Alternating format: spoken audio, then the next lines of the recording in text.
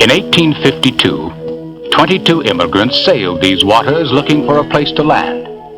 First, they had followed the Oregon Trail to the shores of the Pacific, then journeyed north to the deep waters of Puget Sound.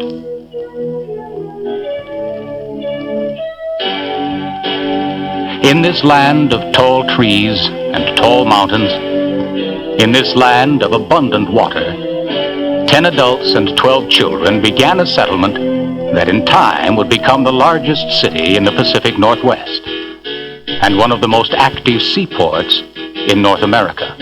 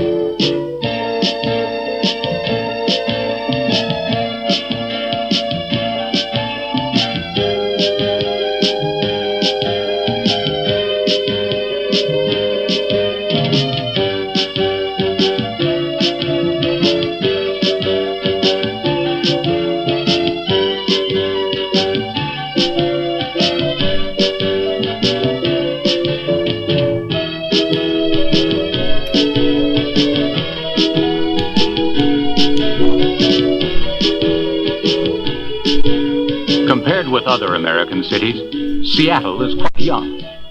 Boston, New York, Philadelphia, and Charleston were over 150 years old when Arthur Denny led his party ashore at Alki Point, a narrow corner of land now occupied by a lighthouse.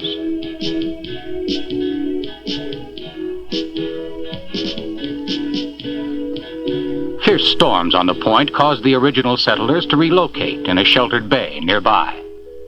The settlement was named Seattle, after a friendly Indian chief. Seattle, however, was a mispronunciation of the chief's real name, Sealth. 5 years later, when local Indians were removed to a reservation, Chief Seattle spoke this solemn warning: "Let the white man be just, and deal kindly with my people, for the dead are not powerless." For the new settlement, growth was slow. Instead of going to Oregon for land, people were rushing to California for gold. Back in the prairie states, John Deere's steel plow had broken the tough prairie sod. Instead of moving on, people stayed to farm. And railroads rushed the rich produce to markets in the east.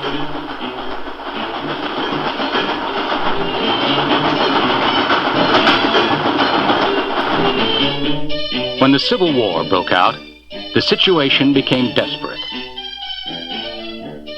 Seattle had a severe shortage of respectable women. So Asa Mercer, first president of Washington University, traveled all the way to New England and returned with 11 eligible young ladies. This venture was so successful that he made a second trip and brought back 46 more. Seattle's growth, of course, hinged on more than single women. There was lumber, fishing, and the prospect of a transcontinental railroad.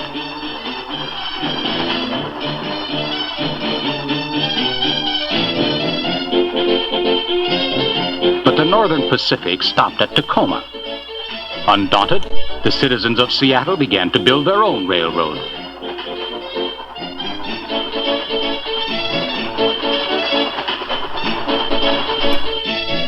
Finally, in 1893, James Hill built the Great Northern from St. Paul to Seattle, making the port of Seattle a gateway to the Orient. On July 17, 1897, the steamship Portland docked in Seattle, carrying 2 tons of gold from Alaska. "Prosperity is here," announced a local newspaper, and so it was.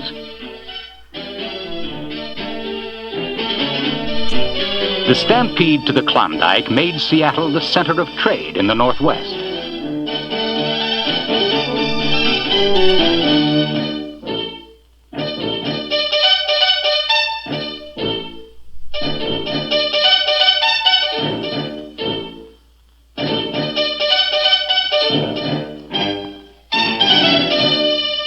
By 1910, it was a growing metropolis of 250,000. About this time, William Boeing, a young timber baron from Minnesota, came west to sail his yacht. But before long, he was building airplanes.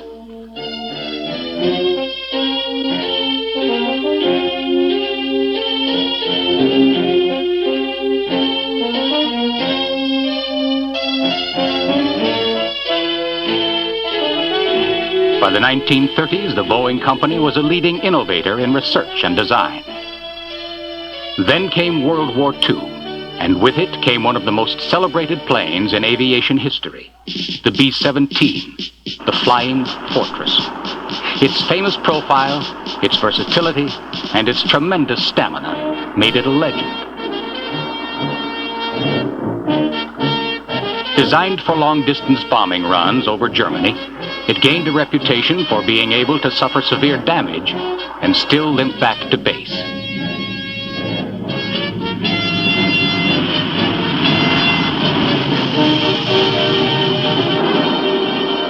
A prominent Air Force general claimed it was the best combat plane ever built.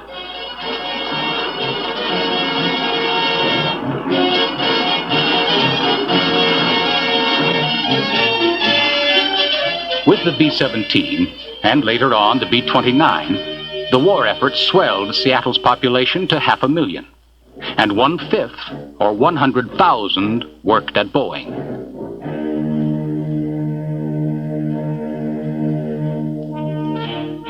In the 1950s, Boeing flourished on military contracts.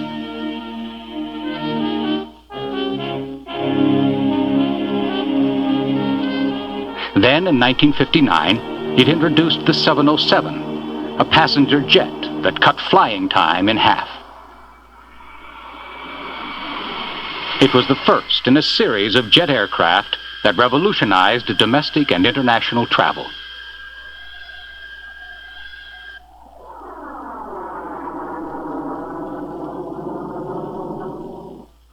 For the streamliners crisscrossing the continent, it was the beginning of the end.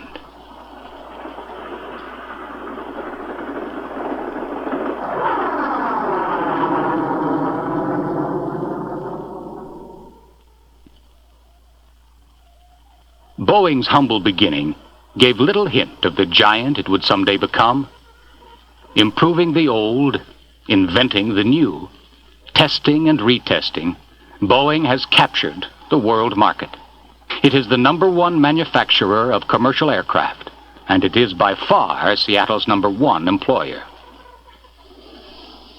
Not just airplanes, but ships too.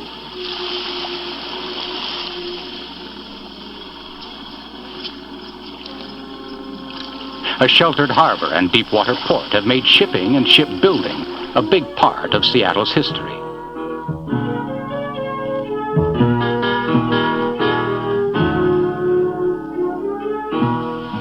With access to Alaska and ports in the Orient, Seattle's location is vital to naval operations in the North Pacific.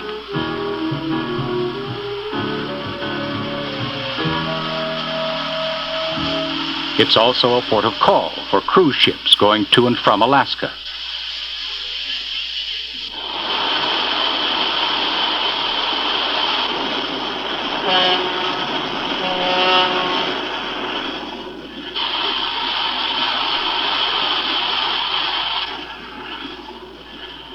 No visit to Seattle is complete without a ride on a Washington State ferry.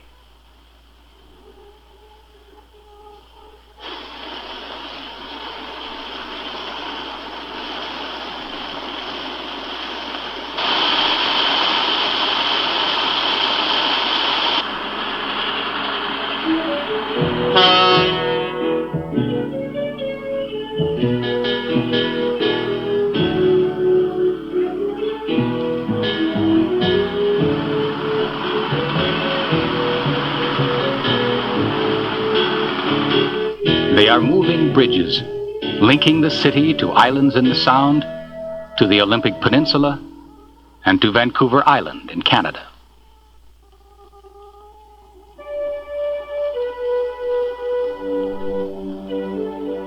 Full steam ahead.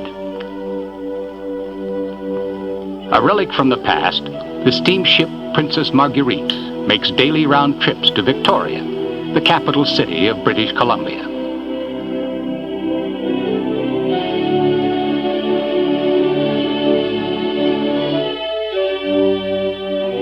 On the outskirts of Victoria, Bouchard Gardens is an outstanding example of how time, work, and money can transform an abandoned rock quarry into a floral paradise.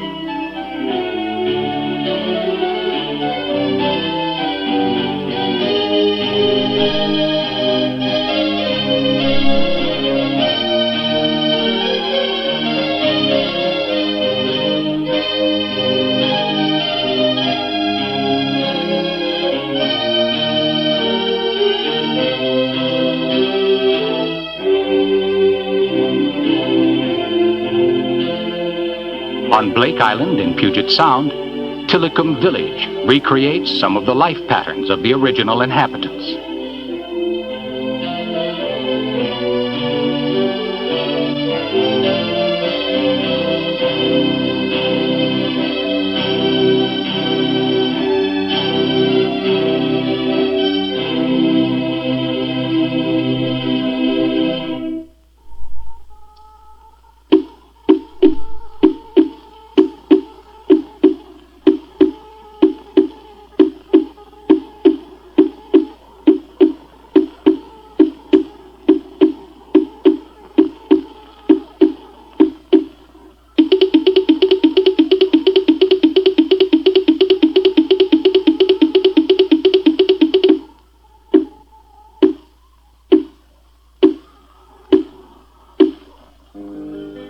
With water, lots of water in almost every direction, it's no surprise that water sports and activities are a way of life here.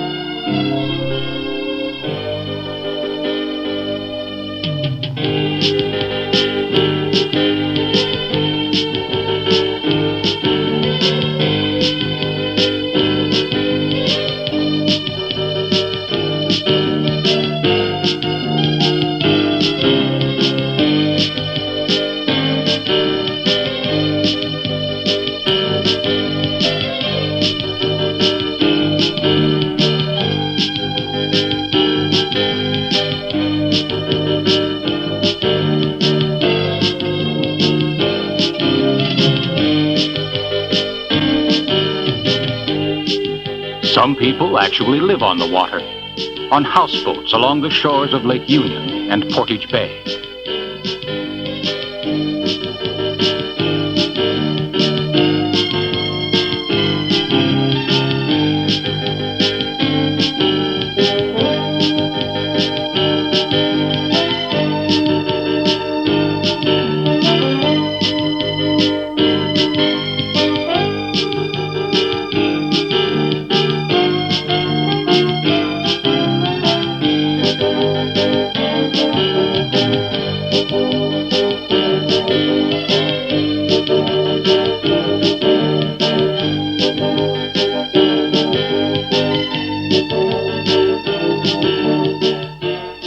A canal and lock system joins saltwater Puget Sound with freshwater Lake Washington.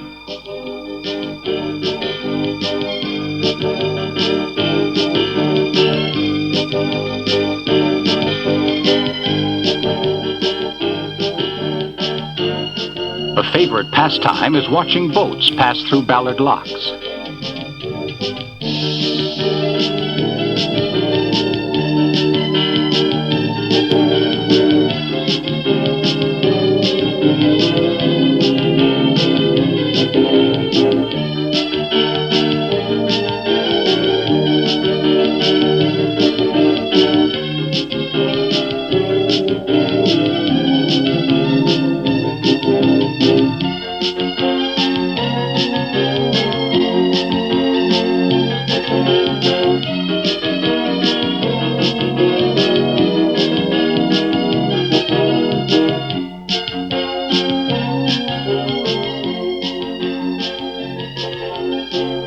to the locks, a fish ladder has windows for close-up public viewing.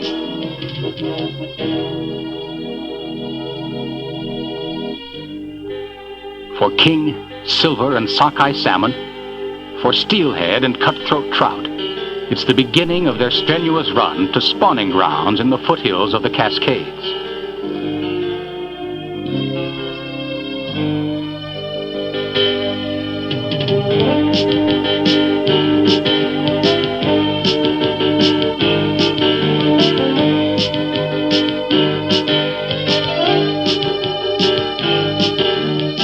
During the last stages of their journey, the male sockeye turns bright red.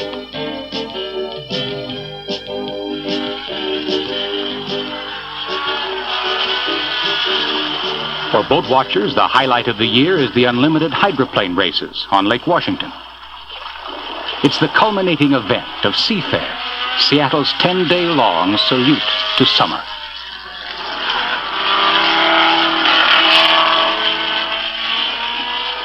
Skimming the water at nearly 200 miles an hour, speedboats send up rooster tails several stories high.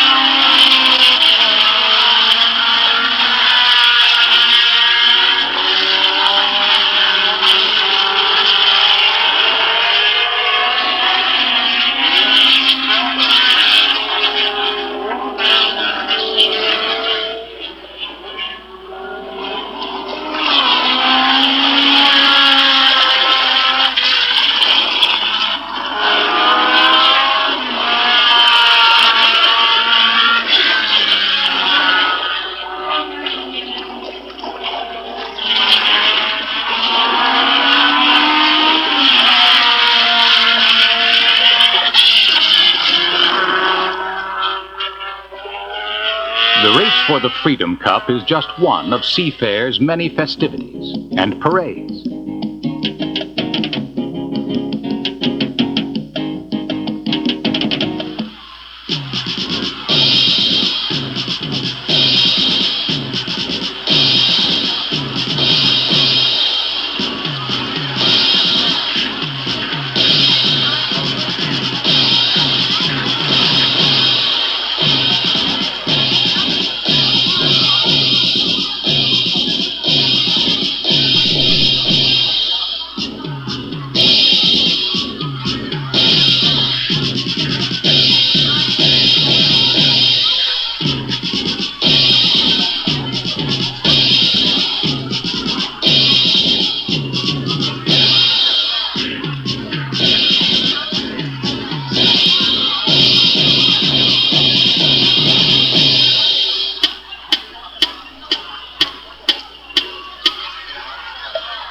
The parades are a showcase for the great diversity of ethnic cultures that flourish here.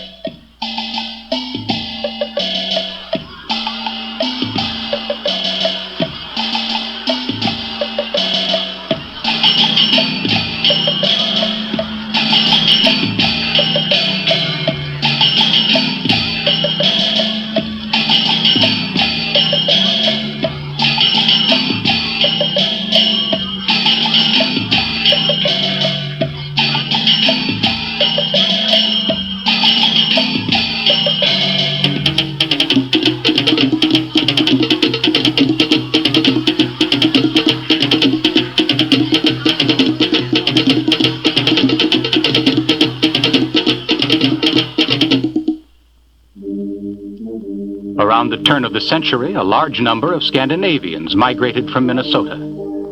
Their letters to friends and relatives gave insight into Seattle's weather.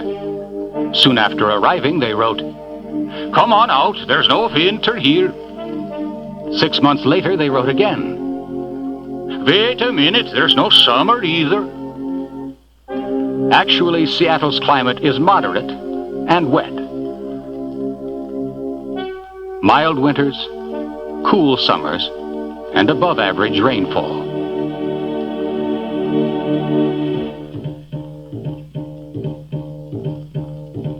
Century 21, Seattle's World's Fair, opened in 1962. It was popular and successful. And with uncommon foresight, city leaders transformed the fairgrounds into the cultural heart of the city, Seattle Center. Many exhibits and buildings from the fair were retained. The Science Pavilion with its grand courtyard and stylized Gothic arches.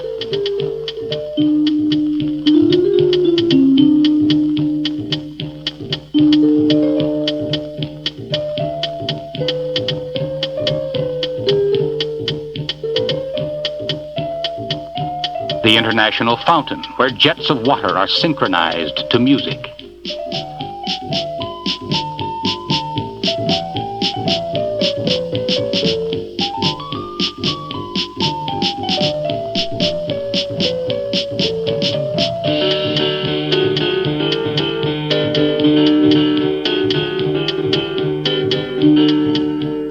Like a flying saucer perched on a vertical landing pad, the Space Needle has become a Seattle trademark.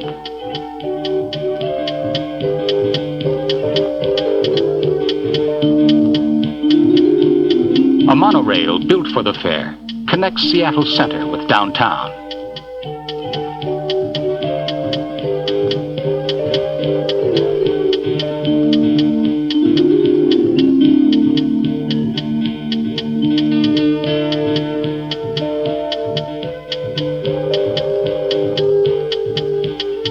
Over the years, Seattle has not turned its back on the deteriorating sections of downtown.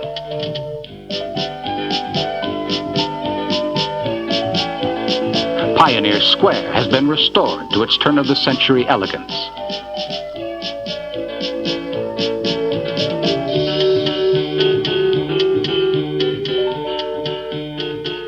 The drab, partially abandoned waterfront is now a colorful collection of shops and restaurants.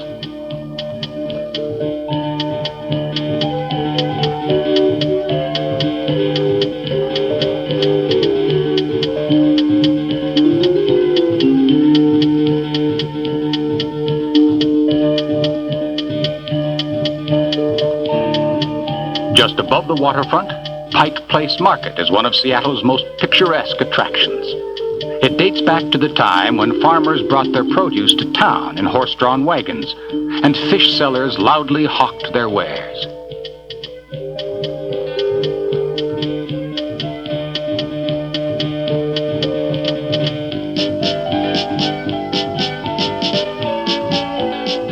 "42 stories high. For many years, the Smith Tower was the tallest building west of the Mississippi. Now it's just a small bump on Seattle's growing skyline.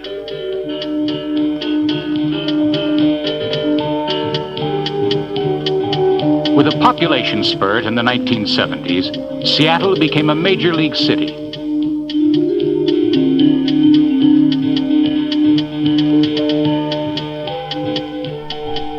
Its airport is international.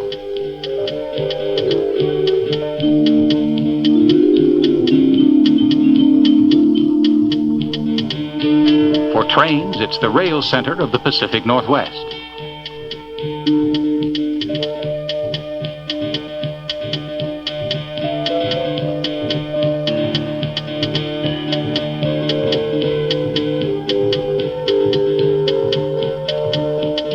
Seattle's leading industries are much the same as they were 100 years ago.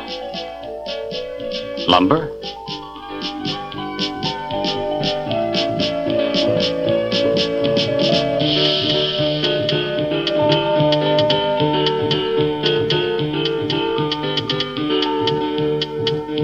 shipping,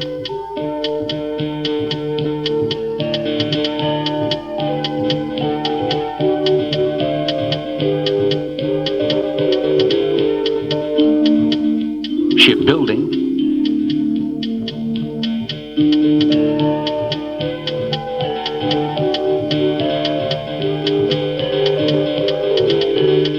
fishing,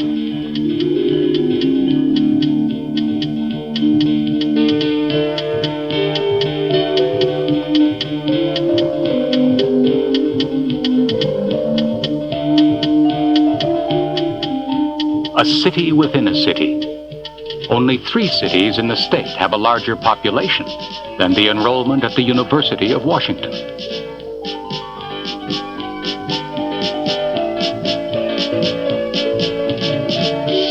present location is the site where the Alaska-Yukon Pacific Exposition was held in 1909. It is, of course, only one of the many colleges and universities in the Seattle area.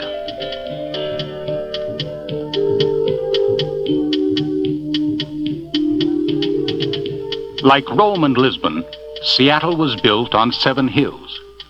These hills provide a splendid view of the city and beyond. The beyond is an incredible panorama of spectacular scenery.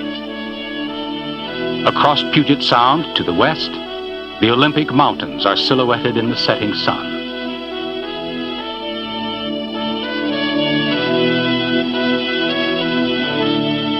Beneath the rugged peaks of Hurricane Ridge, there is a 3-dimensional world of green, a temperate rainforest.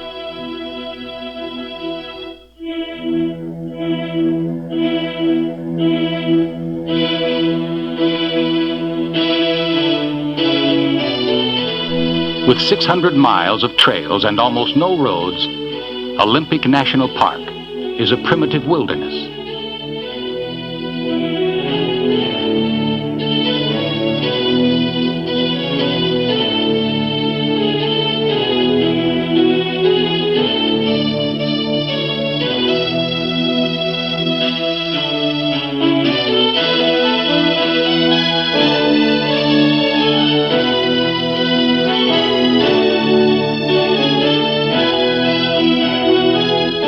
Yet of all nature's grandeur, nothing surpasses Mount Rainier.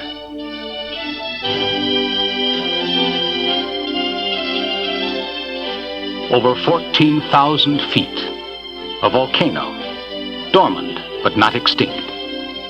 It's part of the Ring of Fire, that great volcanic range that circles the Pacific Ocean.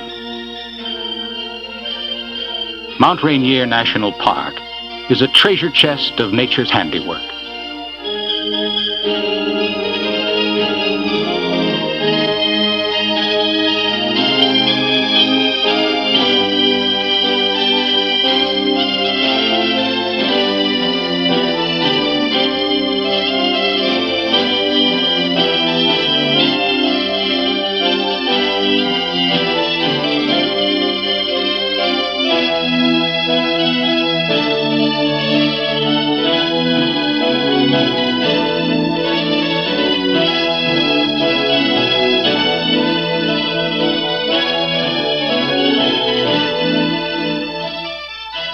Still, it's the haunting presence of the mountain that inspires and overwhelms.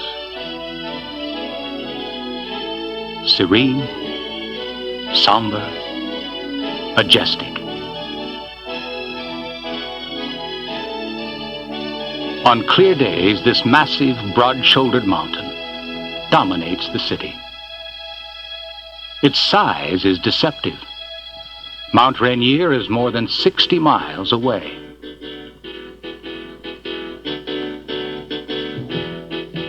On the clock of time, Seattle is recent, its growth astonishing. It would be a great revelation for the city's namesake to see it today. Yet perhaps he does see it. For in his epitaph to the white man, Chief Seattle spoke these words: "And when the last red man shall have perished from the earth, these shores will swarm with the invisible dead of my tribe. They will throng with the returning hosts that once filled and still love this beautiful land." Choice words indeed. For if eternity were to be spent here on this earth, there would be a lot of people who would choose to spend it in Seattle.